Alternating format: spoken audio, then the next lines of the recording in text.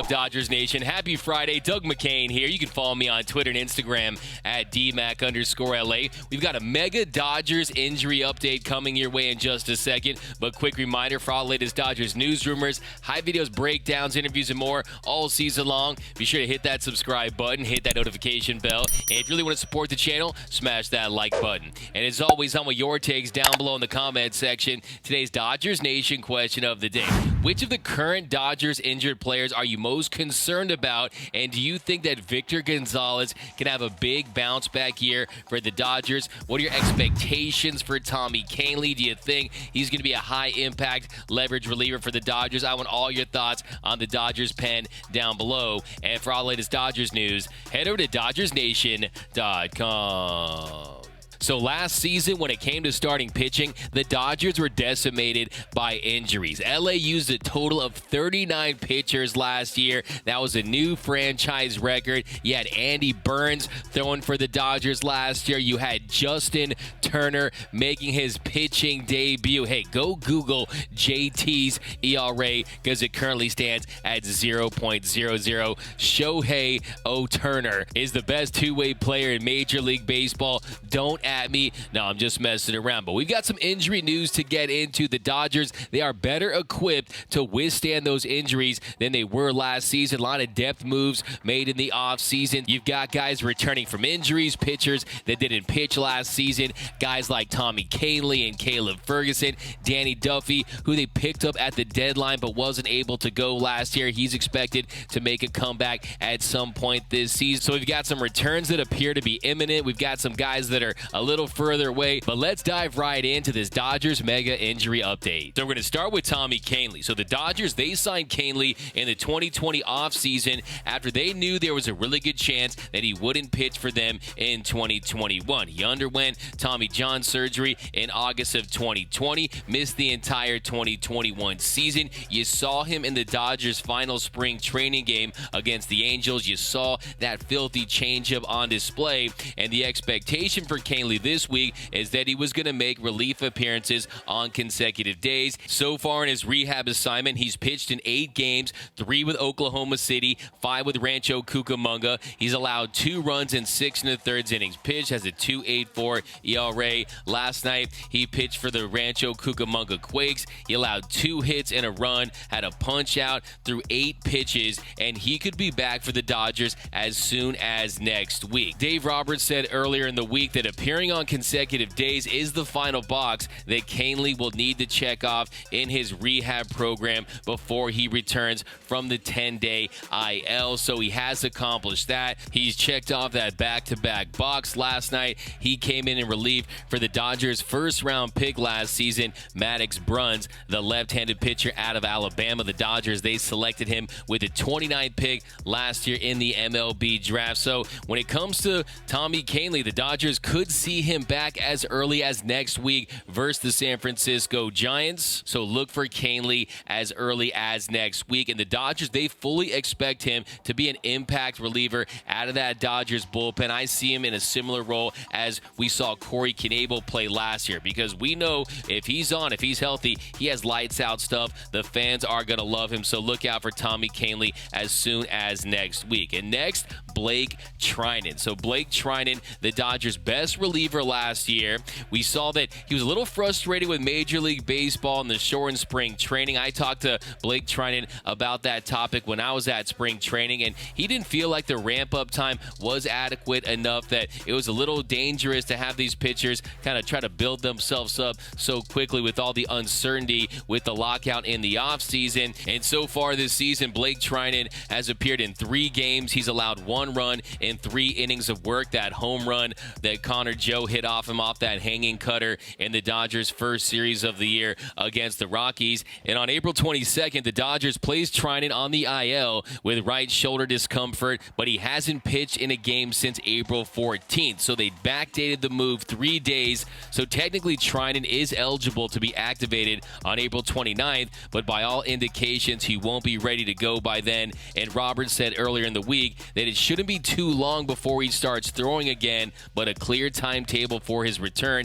has yet to be established. So it's going to be some time for Blake Treinen. It's not going to be right away, but they're going to need him back because he is the Dodgers' best high-leverage reliever. Like I said, he was a top 10 reliever in all of Major League Baseball last season, and the Dodgers, they fully expect him to be that guy, that fireman out of the pen. So get well soon, Blake Treinen. And then next, let's talk about Caleb Ferguson. So Caleb Ferguson was scheduled to make his first rehab appearance with AAA Oklahoma City on Thursday, and Fergie did make that first rehab appearance with OKC, and it was a little rocky. Faced 4 hitters, gave up 2 hits, had 1 walk, had 1 strikeout, and threw 20 pitches. Also gave up a triple. The velo was down. The break wasn't as sharp. The spin was down. So he has some work to do to get back. And when it comes to when he'll rejoin the Dodgers, Dave Roberts said earlier this week that he expects Ferguson to make his return from the 10-day IL around mid to late May. So they're still building him up. They still have some work to do with Fergie, and he's another guy that's recovering from Tommy John surgery. So I still think that he has the electric stuff. He just has to find it, get that velo back up, work on those secondary pitches. But if they can get him right and he can start to look like the guy that we saw early in the 2020 season, he definitely can have a big impact on this Dodgers bullpen. And next, we've got an update on Victor Gonzalez. So Vigon, he was a revelation for the Dodgers in 2020, was a breakout star out of that Dodgers bullpen, had a 1.67 FIP, a .74 whip. Opponents were hitting 173 off him. He had a 28.7 K percentage and a 2.5 walk percentage. But in 2021, he wasn't able to replicate that same success. A 4.27 FIP. Opponents were hitting 241 off him, a 1.44 whip. That K percentage dropped down to 21.3%, and the walk percentage went from 2.5% in 2020 all the way up to 12.3% in 2021. Now, this season, he came to camp looking great. It was clear he lost some weight. He performed well in spring training, had a .80 whip. Opponents hit 176 off him. He allowed 1 earned run in 5 innings of work, had 6 strikeouts to 1 walk, but then he had that elbow inflammation. He was placed on the IL right before the season with that left elbow inflammation, but before that, he looked like he was poised to have a bounce-back season for the Dodgers. And earlier this week, Dave Roberts said, as far as Victor, he threw a pen Tuesday. It was fastball and slider, and he had to be in the mid-90s somewhere. It was good command, not on assignment yet. I don't know when that's going to start, but he should be close to going out on assignment. I expect him back at some point. So no timetable as far as when he'll return,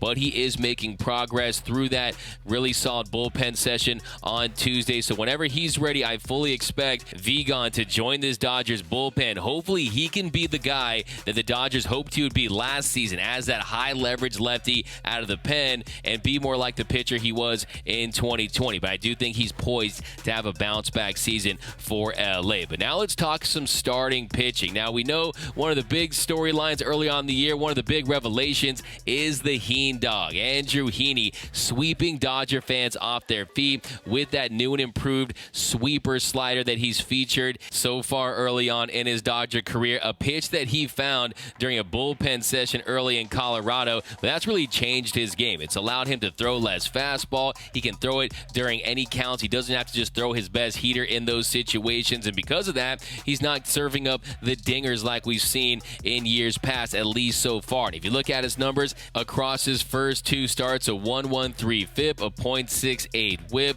Opponents are hitting 111 off him, a 40% K percentage, and a 7.5 walk percentage. And one of the most important things when it comes to Andrew Heeny, like I said, is that he hasn't served up a dong. Last year, he gave up 29 home runs, no home runs through his first 2 starts. But the issue with him was left shoulder discomfort. And he hasn't started throwing as of yet. Dave Roberts said Monday that Heeny hasn't thrown since being placed on the 10-day IL on April 20th. Now, at first, it almost felt like, hey, they're just giving Heeny a breather. They're being extra cautious with him, considering the fact that the Dodgers wouldn't need a 5th starter until around May 4th or May 5th.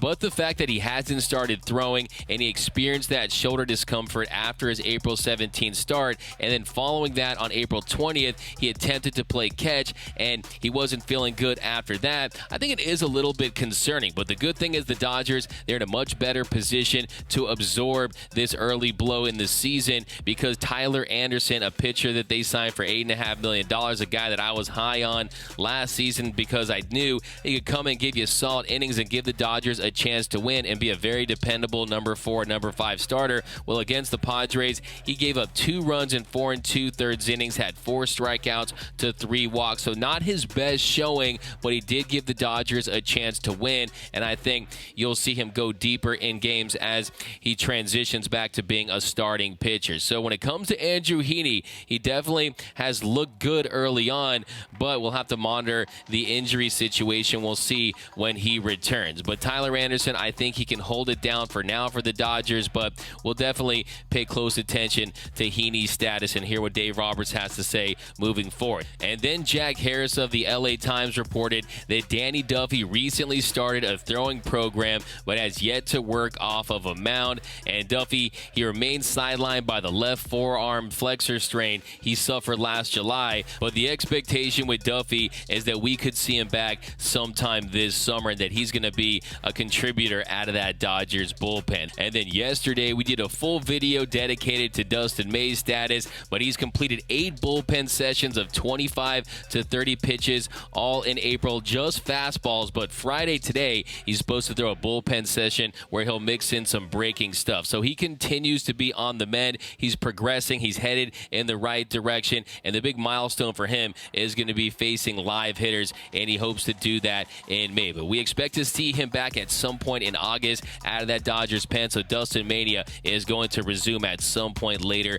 this year. But let me know down below in the comments section, which of these Dodgers injuries to these pitchers are you most concerned about? Are you concerned about Andrew Heaney? Are you concerned about Blake Treinen? Let me know down below in the comment section. How much faith do you have that Victor Gonzalez will have a bounce-back season? Let me know down below. My name is Doug McCain. You can follow me on Twitter and Instagram at DMac_LA. For all latest Dodgers news, rumors, hype videos, podcasts, interviews, and more, be sure to hit that subscribe button, hit that notification bell, and if you want to see us post even more Dodgers content, smash that like button. And until next time, think blue, bleed blue, and I'm out.